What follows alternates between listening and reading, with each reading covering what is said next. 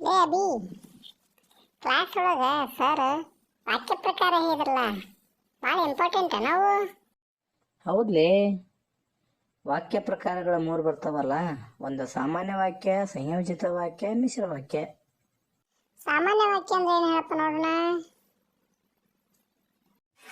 ನೋಡು, ಸಾಮಾನ್ಯ ವಾಕ್ಯ ಅಂದ್ರ ಒಂದು ಪೂರ್ಣ ಕ್ರಿಯಾಪದದೊಡನೆ ಸ್ವತಂತ್ರವಾಗಿರುವ ವಾಕ್ಯಗಳೇ ಸಾಮಾನ್ಯ ವಾಕ್ಯಗಳು. ಸಾಮಾನ್ಯ ವಾಕ್ಯದಲ್ಲಿ ಕ್ರಿಯಾಪದವು ಒಂದು ಮಾತ್ರ ಇರಬೇಕು.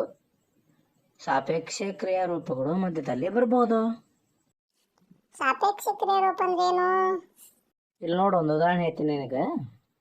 ಖಾಂದೇಶವು ಮಲೇರಿಯಾದಿಂದ ಕೂಡಿ ವಿಶ್ವೇಶ್ವರಯ್ಯನವರ ಆರೋಗ್ಯದ ಮೇಲೆ ದುಷ್ಪರಿಣಾಮ ಮಾಡಿ ಅವರು ಅಲ್ಲಿಂದ ವರ್ಗವಾಗುವಂತೆ ಮಾಡಿತು. ನೋಡಪ್ಪ, ಇಲ್ಲಿ ಮಾಡಿತು ಒಂದು ಎಂಬ ಒಂದೇ ಕ್ರಿಯಾಪದವಿದೆ. ಇದರಲ್ಲಿ ಕೂಡಿ, ಮಾಡಿ ಎಂಬ ಸಾಪೇಕ್ಷ ಕ್ರಿಯಾರೂಪಗಳು ಮಧ್ಯದಲ್ಲಿ ಬಂದಿವೆ. ಓ ಹಾಗಾ? ಮಾಡಿ, ಕೂಡಿ, ನೋಡಿ ಇವು ಸಾಪೇಕ್ಷ ಕ್ರಿಯಾರೂಪಗಳ? ಹೌದು. ಮತ್ತೆ ನೀ ಈ ವಾಕ್ಯ ಮಾತ್ರ ನೆನ್ಪಿಟ್ಕೋ, ವೆರಿ ಇಂಪಾರ್ಟೆಂಟ್ ಐತಿ ಇದು. ಒಂದು ಪೂರ್ಣ ಕ್ರಿಯಾಪದದೊಡನೆ ಸ್ವತಂತ್ರವಾಗಿರುವ ವಾಕ್ಯಗಳೇ ಸಾಮಾನ್ಯ ವಾಕ್ಯಗಳೆನಿಸುವು.